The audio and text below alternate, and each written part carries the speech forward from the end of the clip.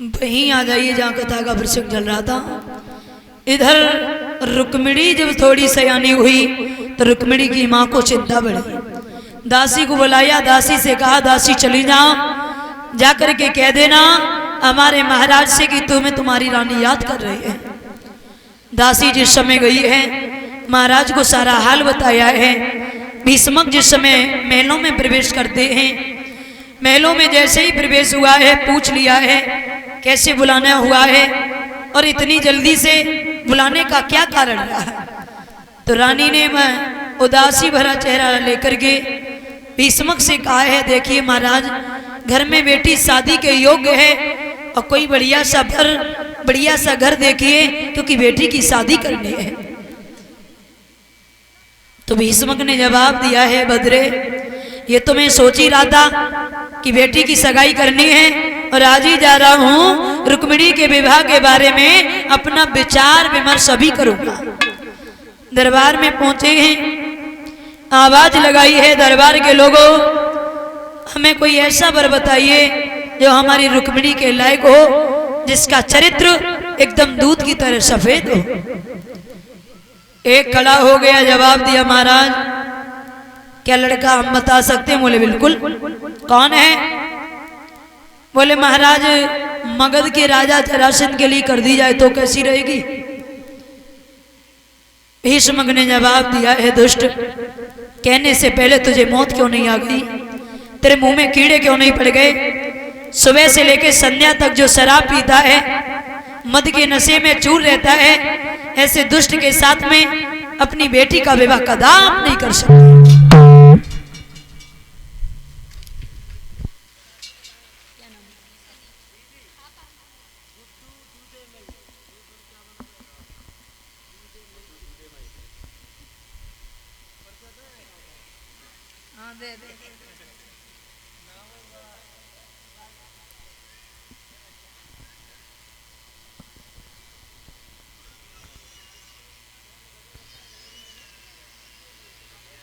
और इसी के साथ साथ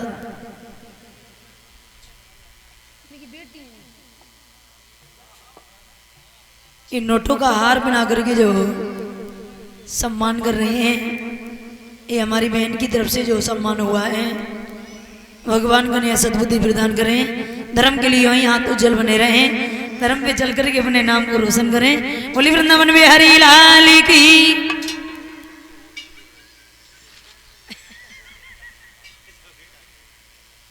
मेरे भैया भीष्मक ने जवाब दिया है हमारी बेटी के लिए कोई वर बताओ। एक खड़ा हो गया, जवाब दिया महाराज मगध के राजा जरासंध के लिए नहीं करोगे तो धर्मराज के लिए कर दो तो कैसी रहेगी? भीष्मक ने जवाब दिया वास्तव में धर्मराज धर्म का प्रतीक है, लेकिन दुर्योधन अधिकारी नहीं दे रहा है। कल उस घर में धाड़ मार फिरेगी, तो ऐसे घर में हम अपनी बेटी का विवाह करना नहीं चाहते जिसकी रोज की रोटी का कोई ठिकाना ना हो। कोई बढ़िया सा वर बताओ। बोले महाराज तो दुर्योधन के लिए कर दो। बोले फिर तो लड़ाई होनी है, कोई बढ़िया सा वर बताओ। सुबह से शाम हो गई लेकिन रुक्मिणी के लायक किसी ने कोई बढ़िया सा वर नहीं बता पाया। अंत में नतीजा यह हुआ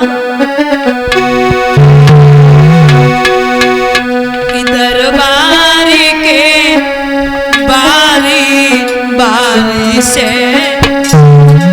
और राजन के नाम सुनाने लगे।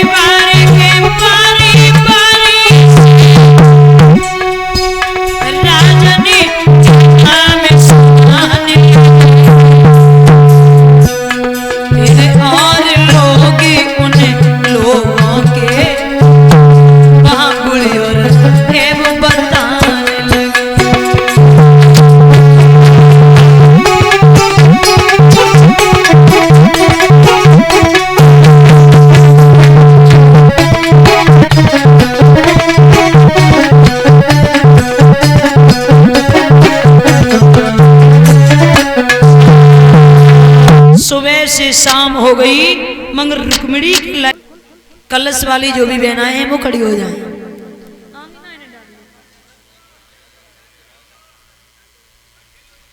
रुकमेश ने जवाब दिया है, पिताजी मेरी बहन का अगर विवाह करना चाहते हो तो बड़ा सुंदर सा वर है। कौन है? भारत के भूषण करमवीर यादवें सरकार द्वारकाधीश कन्हैया। भीष्मक ने जवाब दिया, अरे बेटा रुकमेश, ये तो मैं सोच ही रहा था, और ये ऐसा कीजिए आज ही भगवान कन्हैया के लिए टीका भेज दो। इधर तो विवाह की तैयारियां हो रही हैं, और उधर रुकुम को जब पता चला है, तालियों की गड़गड़ाहट जिस समय सुनाई दी है, तो भाग के दरबार में पहुंचा और कहा है, पिताजी भरे दरबार में आज से पहले मैंने इतनी खुशियां, ये तालियों की गड़गड़ाहट मुझे कभी सुनाई नहीं दी। आज क्या बात है जो इतना हर्ष उल्लास के साथ आप लोग जो खुशी हो, आखिर क्या कारण है? भीष्मक ने जवाब दिया, ए बेटा, खुशी का कारण अगर पूछ रहे हो तो खुशी का कारण केवल और केवल एक ही है कि तेरी बहन का दूल्हा देख लिया। कौन है? भीष्मक ने जवाब दिया, भारत के भूषण करमवीर यादव सरकार द्वारकाधीश कन्हैया। रुकुम ने जवाब दिया है, मरने वाले बूढ़े पिताजी, कहने से पहले तुम्हें मौत क्यों नहीं आ गई?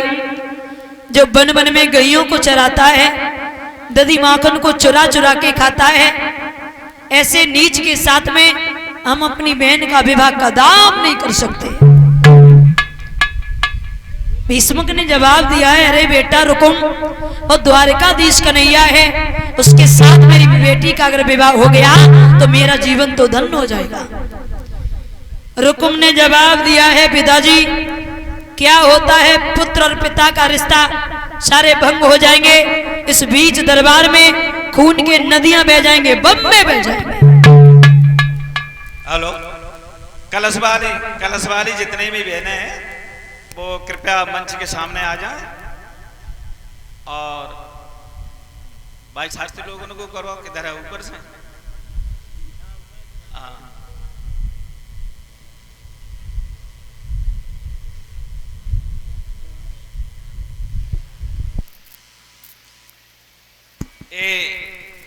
हाँ, परीक्षित जी के इसी के साथ साथ ये समस्त कलश वाली बहनों को अभी सम्मान किया है, एक एक सूट देकर के भव्य स्वागत कर रहे हैं। परम सम्मानीय भैया बीटू यादव, जिनका बेवर से आगमन हुआ है, उनकी तरफ से भैया के लिए एक बार जोरदार तालियों का स्वागत करेंगे। बोलिए गोविंद भगवान की।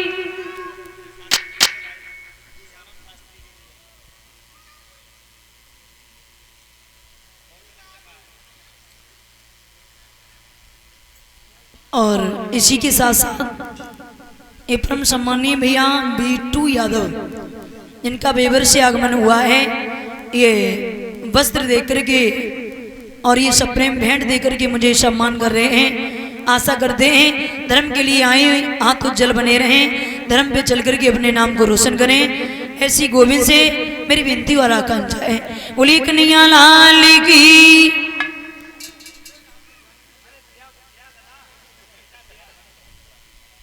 भीष्मक ने जवाब दिया है और कहा है, रुकुम से बेटा, वो द्वारकाधीश कन्हैया के साथ अगर मेरा हो जाएगा तो मेरा जीवन धन्य हो जाएगा। रुकुम ने जवाब दिया है, पिताजी ये बात तुम्हारी नहीं मानी जाएगी, अगर तुमने अपनी मनमर्जी की तो पिता और पुत्र का रिश्ता सारे भंग हो जाएंगे, और मुझे जो करना है वो कार्य करके ही छोड़ूंगा। आज क्रोध में आकर के अभद्रता का प्रयोग करता हुआ रुकुम अपने पिता भीष्मक से बोला है, और कैसे?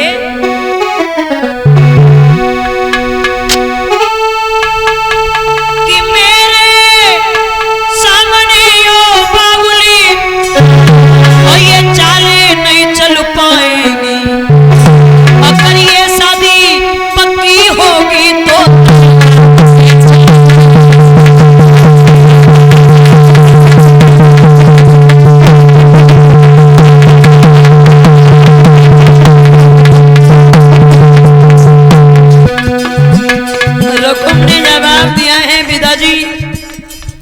द्वारकाधीश कन्हैया के साथ अगर विवाह तय कर दिया, हमसे बुरा कोई नहीं होगा। और सुना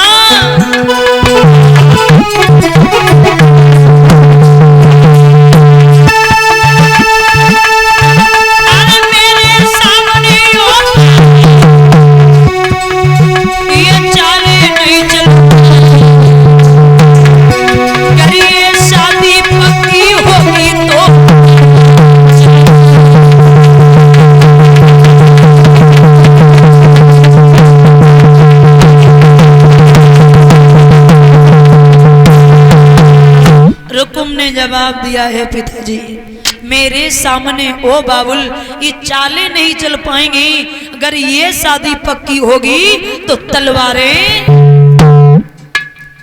जैसे इतने शब्द सुने तो भीष्मक ने जवाब दिया है, बेटा अभी तो हम अपना विचार विमर्श कर रहे हैं, तेरी कोई नजर में लड़का हो तो तू भी बता दे।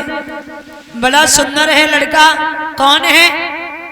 बोले सुनना चाहते हो? बोले बिल्कुल।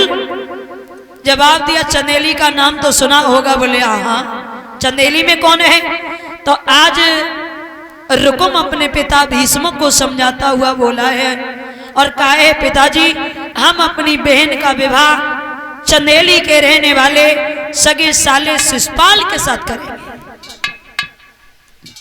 जैसे ही इतने शब्द सुने हैं तो भीष्मक ने जवाब दिया, क्यों रे मूर्ख बालक, जिसने अपनी बहन तुझे दी और तू अपनी बहन उसे देगा, वो तेरे से जीजा कहेगा, तू उससे कहेगा? जवाब दिया, पिताजी कोई बात नहीं, वो अपनी बहन अगर मुझे दे सकता है तो हम दे देंगे, तो कौन सी बड़ी बाबई है। भीष्मक ने आंखों में आंसू भर लिए, बुढ़ापे का शरीर है, दोनों हाथ अपने बेटे के सामने जोड़ लिए और कहा, हमें ऐसा अनर्थ नहीं होने देंगे, अपनी बेटी का विवाह तेरे साले शिषपाल के साथ नहीं होने देंगे। और रोकर के भीष्मक बोले हैं, सुनो कि अरे इकलौती घर में दी अरे हमारी,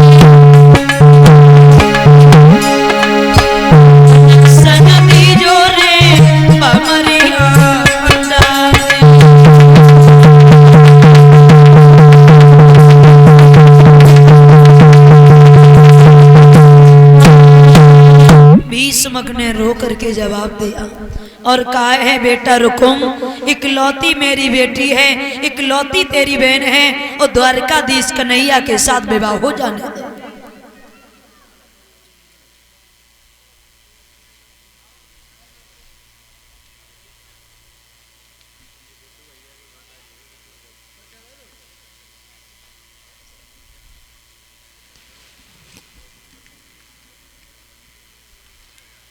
और इसी के साथ साथ ये नोटों का हार बना करके जो सम्मान कर रहे हैं, ये श्रीमती शारदा देवी, जिनका गोकुलपुर से आना हुआ है, और जो हमारे गुड्डू फौजी भैया की माता जी है, 501 रुपये के नोटों का हार बना करके सम्मान कर रही हैं। भगवान कन्हैया सद्बुद्धि प्रदान करें। धर्म के लिए आए यहाँ तो जल बने रहें, धर्म पे चल करके अपने नाम को रोशन करें, ऐसी प्रभु से मेरी विनती और आराधना है। बोली भक्तों और भगवान की। बहुत समझाया है महाराज भीष्मक ने अपने बेटे रुकुम को। एक भी बार रुकुम ने अपने पिता की बात को नहीं माना और चंदेली के बसने वाले अपने सगे साले शिशुपाल के लिए पत्र लिखने लगा। क्या लिखा है आज पत्र में रुकुम ने?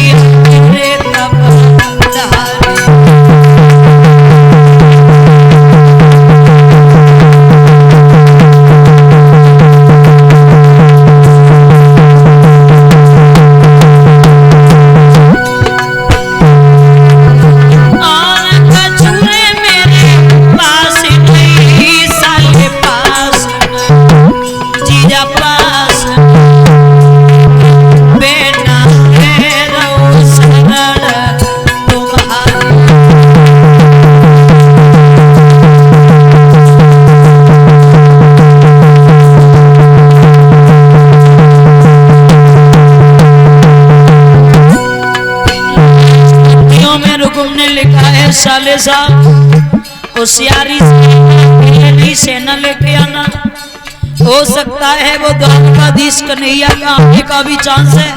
और बोले होशियारी से आयो तुम दूल्हा बना दैया दूल्हा दूल्हा आइए तोरा गोरे बना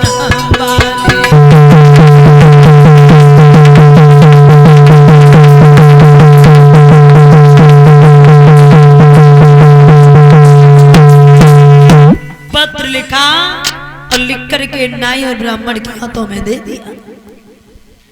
नाई ब्राह्मण जिस समय पत्र को लेकर के चले हैं,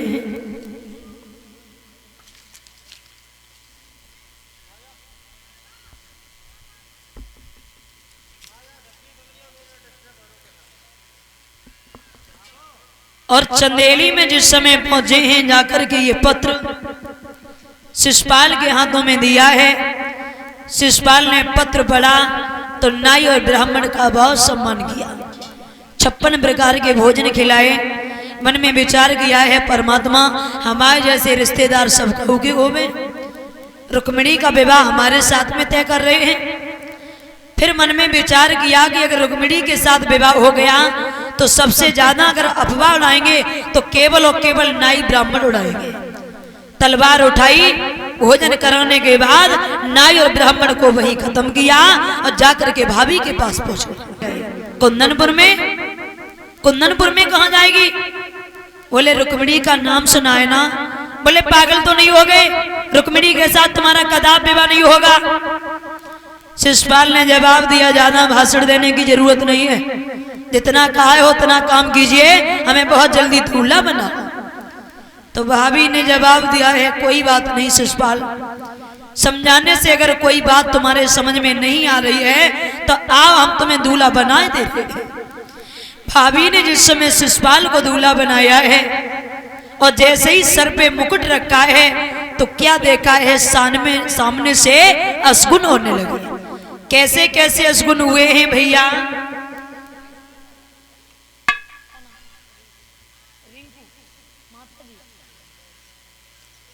और इसी के साथ साथ ये 251 रुपए का पुरस्कार जो हमारे करीब भिजवा रही हैं रिंकू भैया की माता जी, उनकी तरफ से। और इसी के साथ साथ ये बीना यादव और ये कविता यादव कोरावली से परीक्षित जी की जो बेटी हैं, उनकी तरफ से इन नोटों का हार बना करके मुझे सम्मान किया है। समस्त स्टाफ को 100 रुपए देकर के सम्मान कर रही हैं। भगवान को सद्बुद्धि प्रदान करें।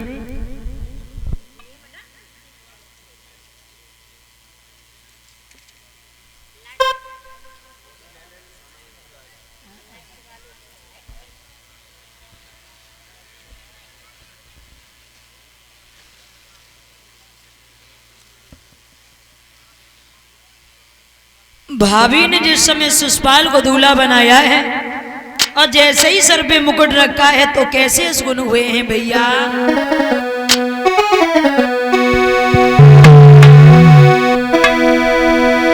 जाके शीश मोहर जब तारोरी हो गई चीकी अंगारी।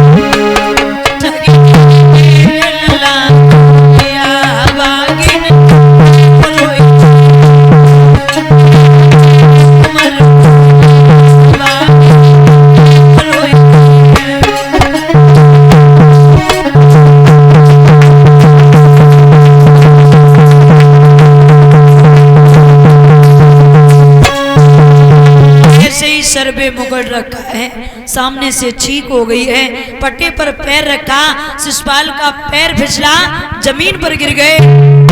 घर के अंदर देखा तो बिल्ली की रोने की आवाज आ रही है। भाभी ने जैसे ये सब दृश्य देखा तो शिशुपाल को समझाया और कहा है, देखो शिशुपाल, अपने होते ही तो समझाना पड़ता है, इसलिए आप अभी भी मान जाओ, कुछ नहीं तो नहीं रह गई। बोले कोई कमी नहीं, लगता अभी आंखों में काजल नहीं लगा है।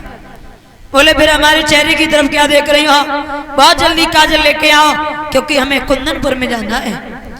भाभी जिस समय काजल लेकर के आई है और शिशुपाल की आंखों में देना चाहा तो उन आंखों के बीच में भाभी ने एक बहुत बड़ा सुन देखा। क्या देखा? अरे काजल लागी देने ऊपके ने दिखाए गो पट्टा और कछुठारी गाय रहेंगी तरे मन चाहे बिटरियां ठक्का।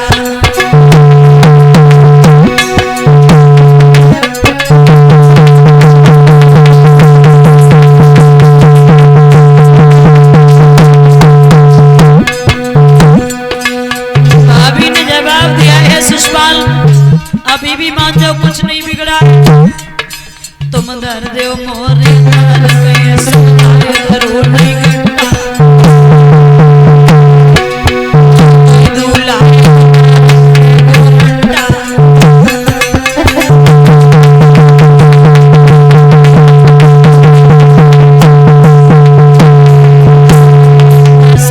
मानो सीख हमारी है कि मेरी प्यारी है।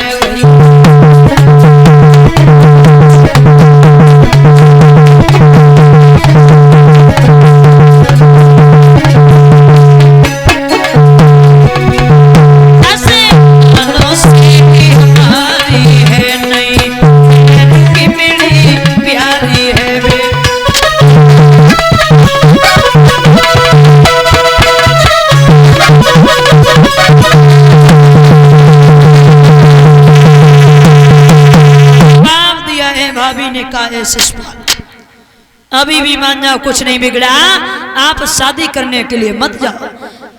एक भी बार भाभी की बात को नहीं माना। मौसी के बेटा दंतवक्त से कहा है, भैया चले जाओ, सेना तैयार करो। सेना जिस समय तैयार हुई है, 11 अक्षौड़ी सेना सज के तैयार हुई। सेना को साथ लिया है। शिशुपाल जैसे ही घोड़े पर सवार हुए हैं, घोड़े को जैसे ही आगे बढ़ाया है तो क्या देखा है, सामने से काला सर्प रास्ते को काट गया। और आगे बढ़े हैं तो नाना बांस से अशगुन दिखाई देने लगे। शिशुपाल ने अशगुनों को ना निहारते हुए जाकर के ये अपनी बारात कुंदनपुर में ठहरा दी। अब रुक्मिणी को पता चला है कि मेरे भैया का साला मुझे लेने के लिए आ गया है। बीच आंगन में बैठ करके रुक्मिणी पपक पपक के रोने लगी है। श्याम, अगर तुम नहीं आए मोहन, तुम आज मेरे भैया का साला मुझे लेने के लिए आ गया है और ये लेकर के ही रहेगा। इसलिए श्याम, मेरी आवाज अगर सुनते हो तो हमारे कष्टों का निवारण कर दो मेरे मोहन। बीच आंगन में बैठ के रुक्मिणी रोकर के बोली है कि दीनन हितकारी श्याम, अब आवई कौन जन्म की डाली रे।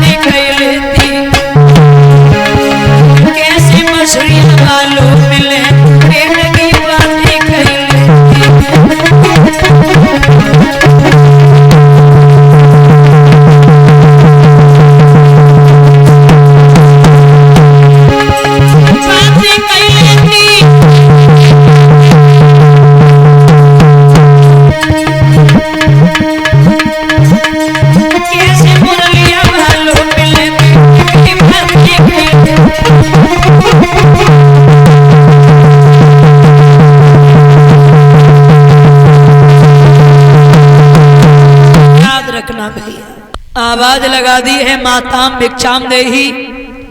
रुक्मिणी ने सुना, सोई दरवाजे पे आ गई। इसी के साथ साथ ये 100 रुपए का पुरस्कार जो हमारे करीब भिजवा रहे हैं परम सम्मानीय भैया रतन सिंह यादव, इसी ग्राम मैसरौली से हैं, उनकी तरफ से। और इसी के साथ साथ ये 100 रुपए का पुरस्कार जो हमारे करीब भिजवा रहे हैं परम श्रद्धेय भैया पप्पू यादव, इसी ग्राम मैसरौली से समस्त स्टाफ को 21-21 मुद्राओं से सम्मान कर रहे हैं। भगवान का सद्बुद्धि प्रदान करें। कलश वाली बहना है जो भी है मुबारक आ जाए।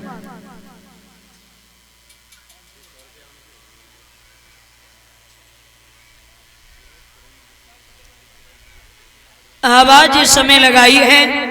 रुक्मिणी की आंखों में आंसू देखे हैं तो पंडित जी ने जवाब दिया है, क्यों बेटी, हमने तो सुना है कि तेरी तो शादी है, फिर रो क्यों रही है। रुक्मिणी ने जवाब दिया है, पंडित जी हमारी शादी नहीं बल्कि हमारे जीवन की बर्बादी है। क्यों? मेरे भैया का साला मुझे लेने के लिए आया है। अब आप ही बताइए, भैया के साले के साथ में अब जाएं तो जाएं कैसे? पंडित जी ने जवाब दिया, ये तो बड़ा अनर्थ हो रहा है, ऐसा तो नहीं करना चाहिए। तुम्हारा भैया तुम्हारे साथ में अच्छा व्यवहार नहीं कर रहा है। रुक्मिणी ने धीरे से जवाब दिया, है पंडित जी, क्या तुम मेरा संदेशा कन्हैया तक पहुंचा सकते हो?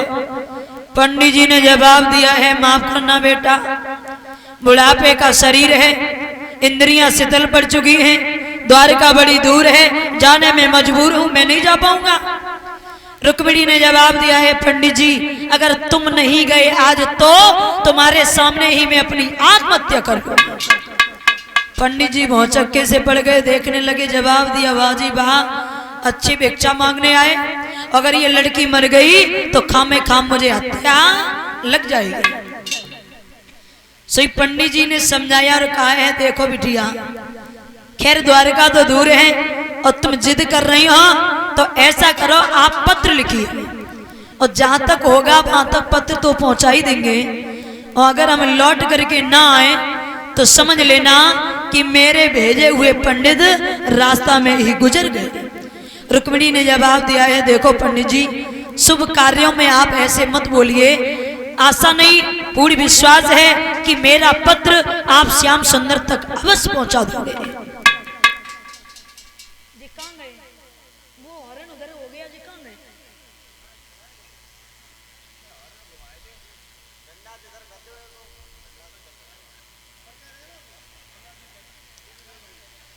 और इसी के साथ साथ परम सम्मानीय भैया सुरेंद्र यादव परिचय जी के जो बड़े बेटा हैं, उनकी तरफ से ये 100 रुपये हमारे लिए, और जितनी भी कलश वाली बहनाएं हैं सभी को एक एक टिफिन देकर के सम्मान कर रहे हैं, और हमारे समस्त स्टाफ को 51 मुद्राओं से सम्मान किया है। भगवान को ऐसा बुद्धि प्रदान करें। रुक्मिणी को जिस समय आदेश दिया है, पंडित जी ने कहा आप पत्र लिखो, और जहां तक होगा पत्र तो हम पहुंचा ही देंगे। आज रुक्मिणी बीच आंगन में बैठ गई है और आज भगवान कन्हैया को याद करके रो करके बोली है, श्याम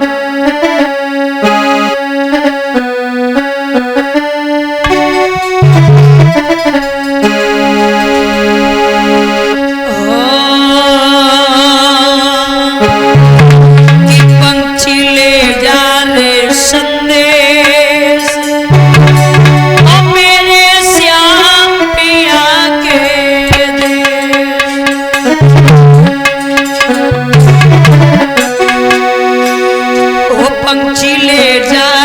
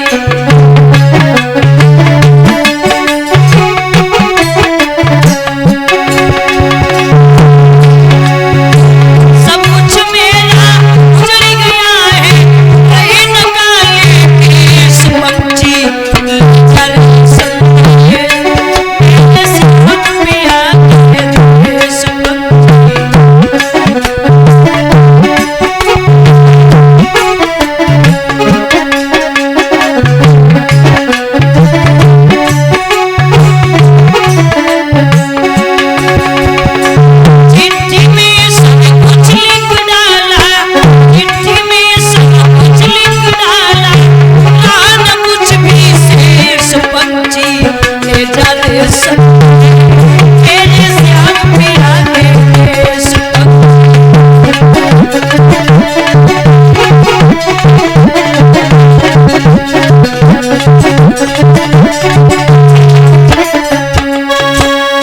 पत्र लिखा है, लिख करके पत्र जैसे ही आवाज लगा दी है, माताम भिक्षाम देही। रुक्मिणी ने सुना, सोई दरवाजे पे आ गई। इसी के साथ साथ ये 100 रुपए का पुरस्कार जो हमारे करीब भिजवा रहे हैं परम सम्मानीय भैया रतन सिंह यादव, इसी ग्राम मैसरौली से हैं, उनकी तरफ से। और इसी के साथ साथ ये 100 रुपए का पुरस्कार जो हमारे करीब भिजवा रहे हैं परम श्रद्धेय भैया पप्पू यादव, इसी ग्राम मैसरौली से समस्त स्टाफ को 21-21 मुद्राओं से सम्मान कर रहे हैं। भगवान का सद्बुद्धि प्रदान करें। कलश वाली बहना है जो भी है मुबारक आ जाए।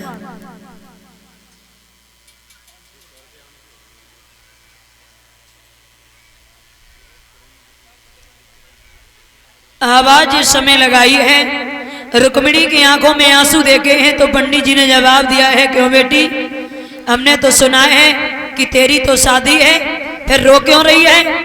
रुक्मिणी ने जवाब दिया है, पंडित जी हमारी शादी नहीं बल्कि हमारे जीवन की बर्बादी है।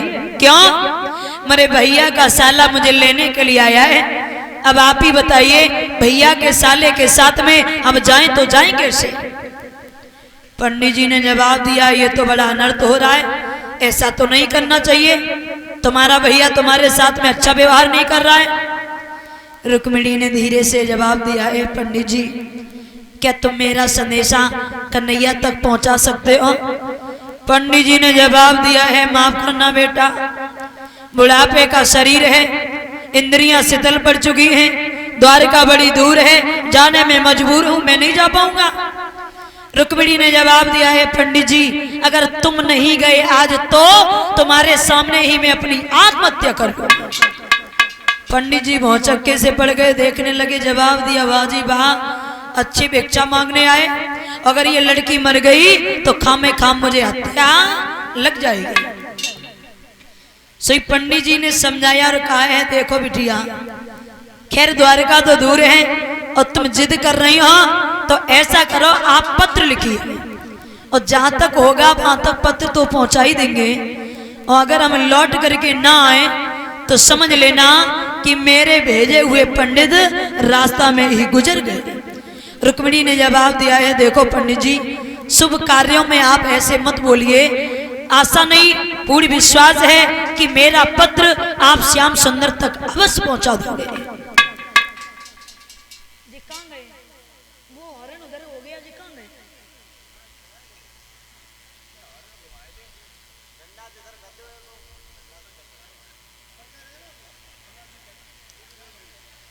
और इसी के साथ साथ ये परम सम्मानीय भैया सुरेंद्र यादव परिचय जी के जो बड़े बेटा हैं उनकी तरफ से ये 100 रुपये हमारे लिए, और जितनी भी कलश वाली बहनाएं हैं सभी को एक एक टिफिन देकर के सम्मान कर रहे हैं, और हमारे समस्त स्टाफ को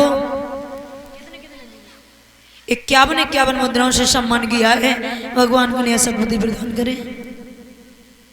रुक्मिणी को जिस समय आदेश दिया है, पंडित जी ने कहा आप पत्र लिखो और जहां तक होगा पत्र तो हम पहुंचा ही देंगे। आज रुक्मिणी बीच आंगन में बैठ गई है और आज भगवान कन्हैया को याद करके रो करके बोली है, श्याम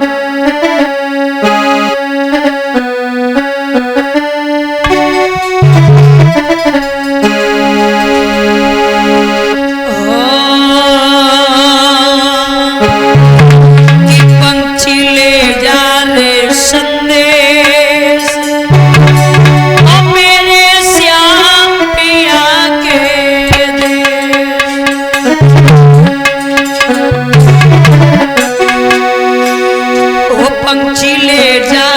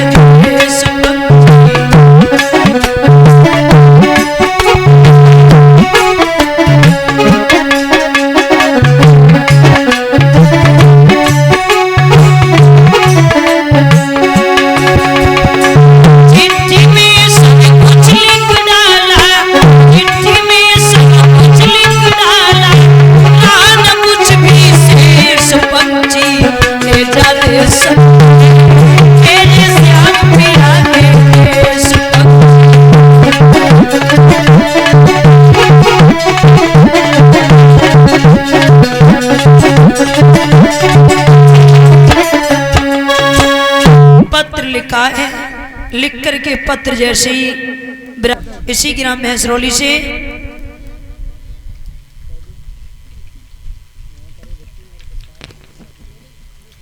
₹121 का पुरस्कार भिजवा रहे हैं। भगवान को नया सद्बुद्धि प्रदान करें। और इसी के साथ साथ ये ₹200 हमारे करीब जो भिजवा रहे हैं परम सम्मानीय भैया प्रदीप यादव चंदनपुर निवासी, ₹201 हमारे लिए 51 मुद्राओं से समस्त स्टाफ को सम्मान कर रहे हैं।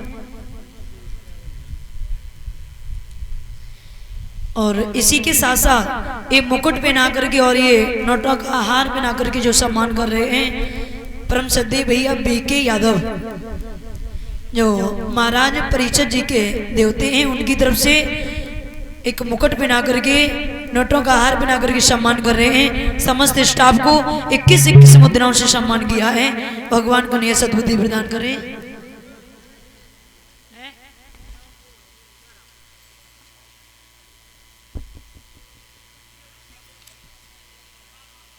क्या नाम पूछ लो। गुलशन यादव की माता जी। और इसी के साथ साथ ये गुलशन यादव नंगला गुद्याल से जिनका आना हुआ, उनकी माता जी की तरफ से ये नोटों का हार पहना करके जो सम्मान कर रहे हैं, भगवान को नया सद्बुद्धि प्रदान करें। बोली भक्तों भगवान की। पंडित जी जिस समय द्वारिका में भगवान कन्हैया ने योग माया से इशारा करके लिटवाया है, सवेरा हुआ, पंडित जी ने नगर देखा तो पूछ लिया, अरे भैया ये कौन सा नगर है? तो जवाब दिया, तुम्हें कहाँ जाना? बोले द्वारका। बोले ये द्वारका ही है। कन्हैया रहता है? बोले सामने चले जाओ, श्याम का ही दरबार है। कन्हैया से मिले हैं पंडित जी, पत्र निकाला है रुक्मिणी वाला, और जैसे ही पत्र दिया है श्याम ने पत्र पढ़ा तो समझाते हुए कहा है, देखो पंडित जी इसमें साफ साफ लिखा है कि 11 अक्षौणी सेना लेकर के शिषपाल कुंदनपुर में आ चुका है, जाकर के लड़की से कह देना वो शिषपाल के साथ चली जाए। पंडित जी ने जवाब दिया है, श्याम लड़की मर जाएगी मगर शिषपाल के साथ हरगिज नहीं जाएगी। तो कन्हैया ने जवाब दिया, 11 अक्षौणी सेना, अब भला मैं अकेला हूं, मुकाबला कैसे होगा? बोले पंडित जी ने कहा है, श्याम अरे तुम तो 3 लोग के ही निराले हो श्याम, और तुम्हें तो हर बात आपको पता है कि किसी के दुखों का निवारण किस तरीके से करना चाहिए, कोई उपाय बता दो, वही उपाय लेकर के हम यहां से चले जाएंगे। कन्हैया ने जवाब दिया है, अगर तुम उपाय पूछ रहे हो तो यहां से जब चलो, यादव कुल से जब विदाई लो तो थोड़ी खांस के बैठ जाना, और जब तुम खांसोगे तो हम बलराम भैया से कहेंगे ये ब्राह्मण बड़ा बूढ़ा है, अगर तुम्हारी कृपा हो जाए तो इसे कुंदनपुर तक छोड़ा है।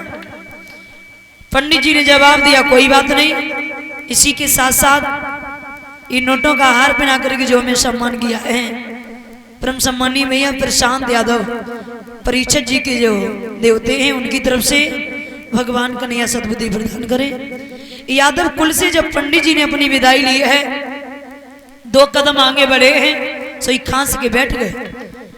कन्हैया ने इशारा किया और कहा है, बलराम भैया पंडित बूढ़ा है और एक तो जात से ब्राह्मण है, और ब्राह्मण अगर मर गया तो ब्रह्म हत्या लग जाएगी, आपकी कृपा हो जाए तो इसे कुंदनपुर तक छोड़ाएं।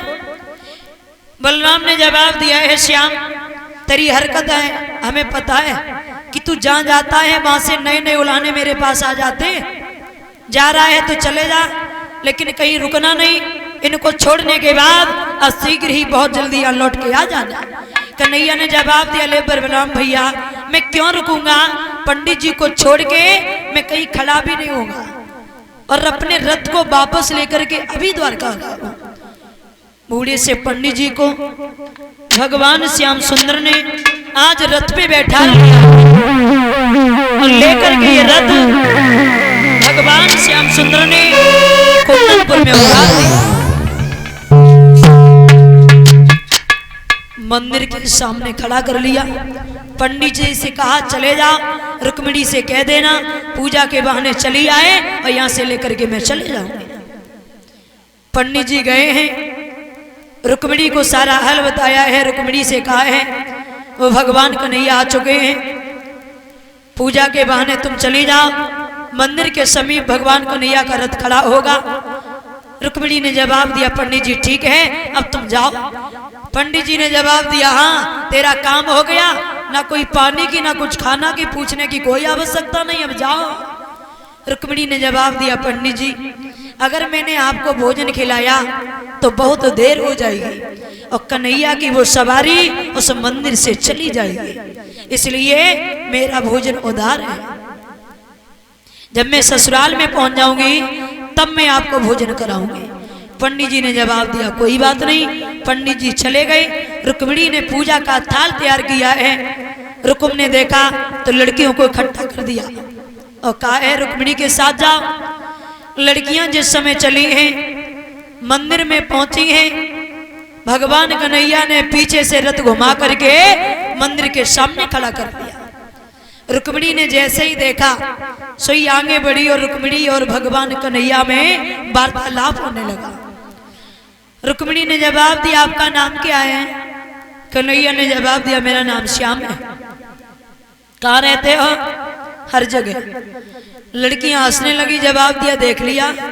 दीदी ने पूछा कहाँ रहते? वो कहते हर जगह। इनके लिए कोई स्थान ही नहीं है, लेकिन उन्हें नहीं पता है कि मेरे श्याम के लिए कोई स्थान खाली नहीं रहता है, हर जगह वो रहते हैं। रुक्मिणी ने कहा तुम्हारे कमर में क्या? बोले बंसी बजा सकते? बोले नहीं। क्यों? बोले आज नहीं कल सुन लेना। बोले कल क्या है? सुननी मुझे याद है। बोले माफ करना आज जो मैंने बजाई बसुरिया तो चारों तरफ खड़े हैं दुश्मन सब टोट दिए, बसुरिया था सो आज नहीं। बोले तो दिखा दो। बोले मैं बंसी दिखा भी नहीं सकता हूँ, मेरी बंसी इतनी विलक्षण है जिससे देखता है सुनता है वो इससे मुक्त हो जाता है। रुक्मिणी ने जवाब दिया है अरे श्याम कसम से मैं सौगंध खा के कह रही हूँ तुम्हारी बंसी वापस कर दूंगी, मुझे दिखा दो। बोले नहीं मान रही हो तो देख लो।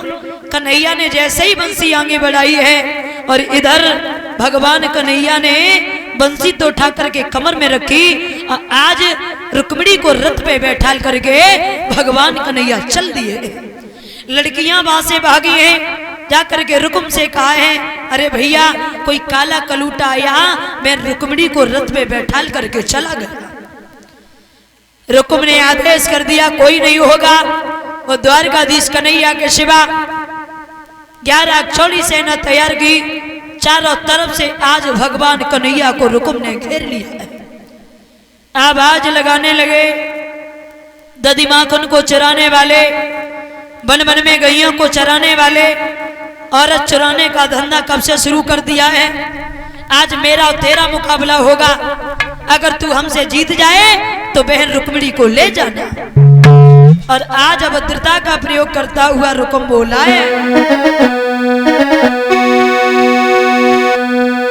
कठालो रही नीचे गमाल रे ठालो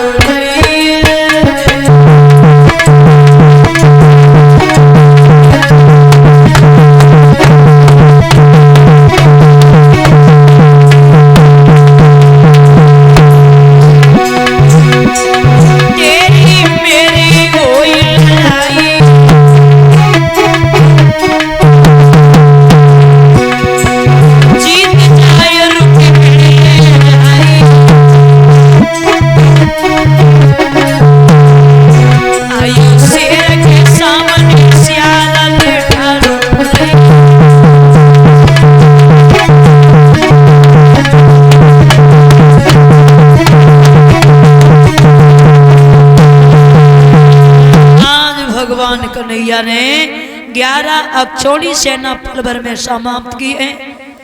और जैसे ही रुकुम ने देखा 11 अक्षौणी सेना में से एक भी लोग नहीं बचा, आज रुकुम वहां से पीठ दिखा करके भाग गया। शिषपाल को आदेश दिया है अरे महाराज वो कन्हैया बहन रुक्मिणी को लेकर के जा रहा है। आदेश कर दिया जितनी भी शेष सेना रह गई है सेना को ले चलो, आज उस कन्हैया का वध करना है। शिषपाल ने सेना को सजाया है, चारों तरफ से रुक्म और शिषपाल ने भगवान कन्हैया को पुनः गिर लिया। तब तक बलराम का आगमन हुआ। बलराम ने आकर के कन्हैया से पूछा ये श्याम क्या हो रहा है? तो कन्हैया ने सारा हाल बताया। बलराम ने जवाब दिया कोई बात नहीं, रुक्मिणी को छोड़ के तुम मत जाना, ये जितनी भी शेष सेना रह गई ये हमारे मूसल के बराबर नहीं है। जितनी भी शेष सेना रह गई थी बलराम ने अपने हल मूसल से सारी सेना को युद्ध में परास्त किया। आज भगवान कन्हैया ने रुकुम को पकड़ लिया। रुकुम को पकड़ करके आज तलवार निकाली है श्याम सुंदर ने। जैसे ही मारने के लिए उद्यत हुए हैं सही रुक्मिणी ने कलाई पकड़ ली और जवाब दिया है श्याम ये मेरा भैया है, और भैया को अगर तुमने मार दिया तो ये बहन कलंकिन हो जाएगी, इसलिए ये झोली पसार के प्राणों की भिक्षा मांग रही है, इस भैया को मत मारो। और याद रखना बहनाओं, कहते हैं कि उन बहनाओं के दिलों से पूछो जिनका भाई नहीं होता है। समय समय पर एक बहन को एक भाई की कितनी याद आती है। बिना भाई के बहन का जीवन व्यर्थ है और बिना बहन के भाई का जीवन निरर्थक है। अगर ये जोड़ा नहीं होता है ना तो समय समय पर वक्त वक्त पर त्योहार त्योहार पर एक भाई को बहन की याद आती है, और जब बहन का भाई नहीं होता है तो बहन को अपने भाई की बहुत याद आती है। भगवान ना करे जो कभी ऐसा किसी को दुख दे। जिन बहनाओं के भाई नहीं होते हैं समय समय पर इतनी याद आती है, वो बहन जीवित तो रहती है बल्कि एक मुर्दे के समान रहती है।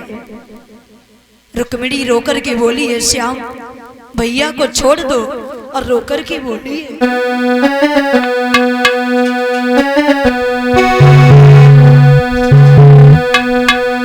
कि मती मारे बिरने को नाथी,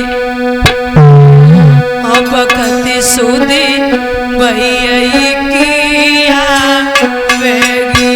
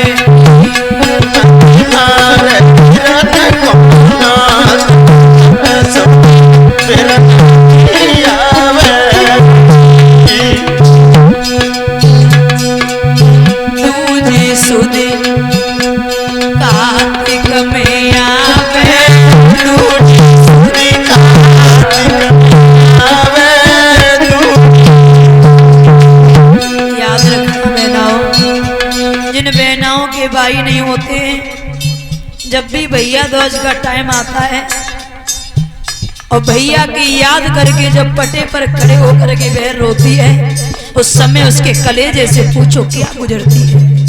उन बहनाओं के दिलों से पूछो जिनके भाई संसार को छोड़ के अलविदा होकर के जा बसे हैं।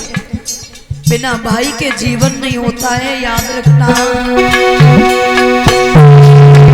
दूजी सुधी कार्तिक में आवे, दूजी सुधी कार्तिक में आवे,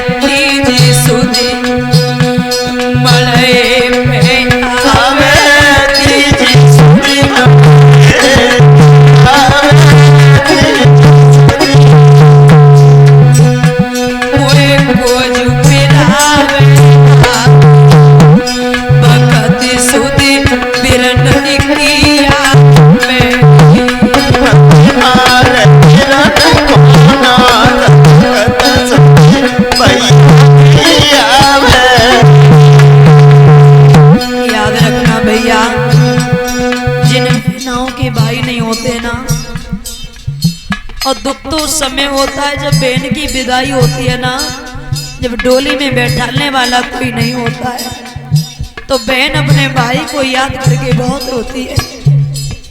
और जब ससुराल में भी पहुंच जाती है, सास ससुर भी ताने मारते हैं, लेकिन बहन चुप रहती है, कुछ कहती नहीं है। क्यों? आज मेरा भैया होता तो अपने दिल की बात कह लेते। हर भाई अपनी बहन को त्योहार के टाइम लेने के लिए जाते हैं, और वो बहन दुखियारी जिनके भाई नहीं होते हैं, कोने में बैठ के रोती है, काश मेरा घर भैया होता तो आज मुझे भी लेने के लिए आता। भाई बहन की जोड़ी घासों जैसी जोड़ी होती है, जब ये जोड़ी बिछुड़ती है तो बहुत दुख होता है। माताओं याद रखना, अरे चौथी सुधे मायके की आवे, चौथी सुधे मायके की आवे, चौथी सुधे कोई को जो दिखावे रूप, बकती सुधे भैया की आवे।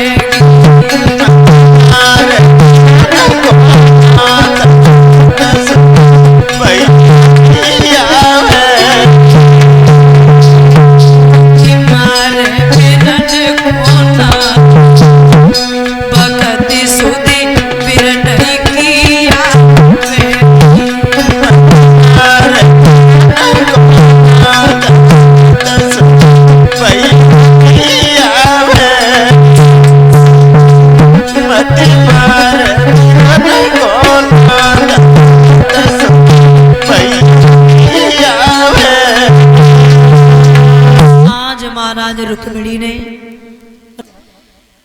रुक्मिणी को लिया और पहुंच जाते हैं महाराज द्वारिका में।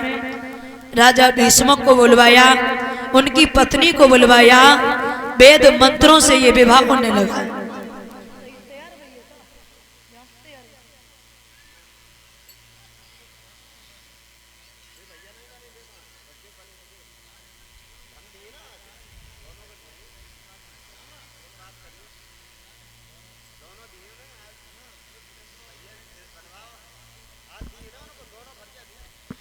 और इसी के साथ साथ परम सम्मानीय भैया मनोज यादव जिला पंचायत सदस्य, उनकी तरफ से ये पुष्पों का हार बनाकर के जो सम्मान कर रहे हैं, भगवान कन्या सद्बुद्धि प्रदान करें। बोली वृंदावन में हरि लाल की। महाराज श्री सुखदेव जी बोले, हे राजन परीक्षित, भगवान कन्हैया का इस तरीके से प्रथम विवाह रुक्मिणी के साथ में हुआ। अब एक विद्वान लिख रहा है कि कन्हैया का एक विवाह नहीं बल्कि श्याम के 8 विवाह हुए थे। पहला विवाह इनका रुक्मिणी के साथ में हुआ। शेष और भी नाम बताए हैं, रुक्मिणी, जामंती, कालिंद्री, सतभामा, मित्रवंदना, शीलभद्रा, लक्ष्मणा और सत्या। इस तरीके से 8 विवाह हो गए। अब एक विद्वान कह रहा कि 8 विवाह नहीं 16,108 विवाह हुए थे।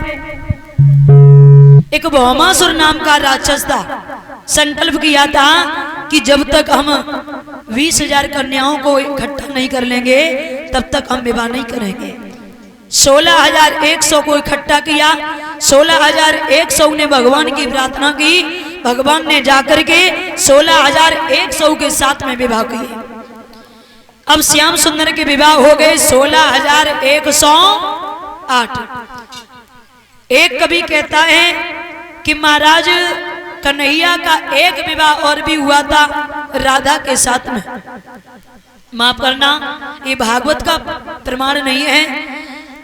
जो फरुखाबाद के रहने वाले हैं स्वामी जगदीशानंद जी, यदुवंश दर्पण में लेख करते हैं कि ब्रह्मा जी ने राधा का भी विवाह कन्हैया के साथ में भांडीपुर वन में करवाया था, और राधा विवाह देते हैं कि कुब्जा के साथ में हुआ। इस तरीके से अगर जोड़ा जाए तो कन्हैया के कुल विवाह 16,109 हो गए। लेकिन माफ करना, भागवत में तो यहीं तक प्रमाण है कि कन्हैया के विवाह केवल और केवल 16,108 ही हुए थे। अब अंदाजा लगाना कि 16,108 के अब संतानें पैदा हुई। बड़ा लंबा चौड़ा परिवार था श्याम का। इन 16,108 के 10-10 लला एक एक बिटिया पैदा हुई। अब अंदाजा लगाओ कि कन्हैया की कुल कितनी संतानें हो गई। और किसी को पता हो तो जरा मुझे बता सकता है। और इसी के साथ साथ परम सम्मानीय भैया गुड्डू यादव और भी ब्रजेश भैया नाना मुंह के रहने वाले हैं। 100 रुपये हमारे लिए 51 मुद्राओं से समस्त स्टाफ को सम्मान कर रहे हैं। भगवान को सद्बुद्धि प्रदान करें। बोली वृंदावन बिहारी लाल की। 16,108 के 10-10 लला एक एक बिटिया पैदा हुई। कोई बता सकता है कन्हैया की कितनी संतानें हुई? फिर हम तो बताने के लिए आए हैं, बक रहे हैं तो बकेंगे। अच्छा ये बताओ सुनने की किस किस की इच्छा है? जरा हाथ ऊंचे करें। बहुत सुंदर। भगवान कन्हैया की अगर बेटियों की संख्या जोड़ी जाए तो बिटिया तो एक ही एक पैदा हुई ना। तो 16,108 बेटियां हो गई और 10-10 लला पैदा भये। 16,108 की 10-10 जब लला भये तो बेटों की संख्या अगर जोड़ी जाए तो 1,61,080 बेटों की संख्या हुई। अब 16,108 और 1,61,080 दोनों को जोड़ दिया जाए तो भगवान कन्हैया की कुल संतानें 1,77,188 भगवान कन्हैया की संतानें। किसी को शंका हो तो आकर के पूछ सकता है। बोली गोविंद भगवान की।